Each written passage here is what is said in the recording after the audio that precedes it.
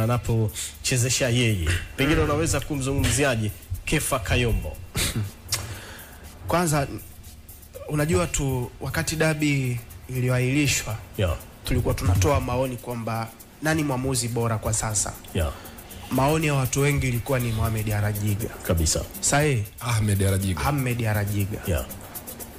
Nadhani kwa sasa ukiniuliza mwamuzi mbovu kwenye ligi ya Tanzania, mbovu kupita wote, ni Kefa Kayombo.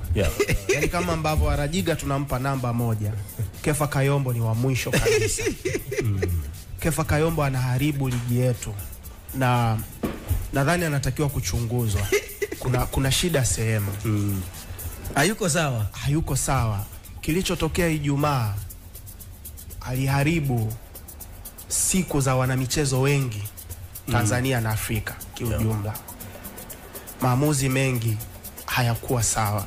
Maana niliona ile clip imetembea mpaka Nigeria huko. Kuna jamaa Nigeria anatoa taarifa za mpira Afrika.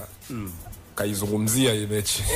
Of course, lakini Hansens kama na Kefa Kayombo mimi sikuona kitu chochote. Ngoja mimi 15 minutes kuongezwa na kile kilichokuwa kinatokea uwanjani.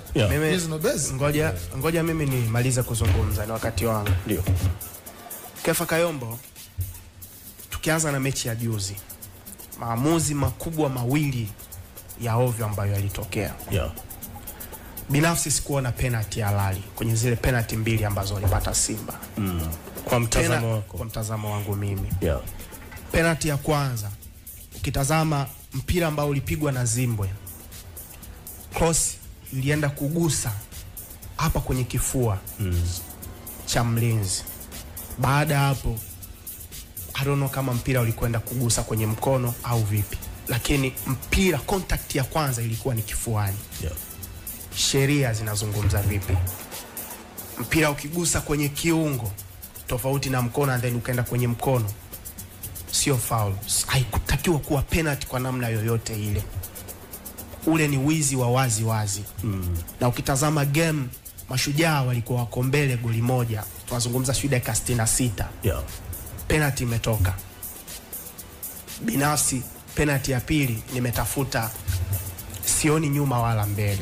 Ile penalty ya pili sitaki kuzungumzia zaidi masuala ya dakika kwa sababu mimi sikujua ni muda gani ambao ulikuwa wasted. Hiyo siwezi kuizungumzia kwa sababu maamuzi wa mezani alikuwepo, alikuwa na hesabu dakika ambazo wasted. Tuliona kipindi cha kwanza zimeongezwa 6 zimekwenda mpaka 9, kipindi cha pili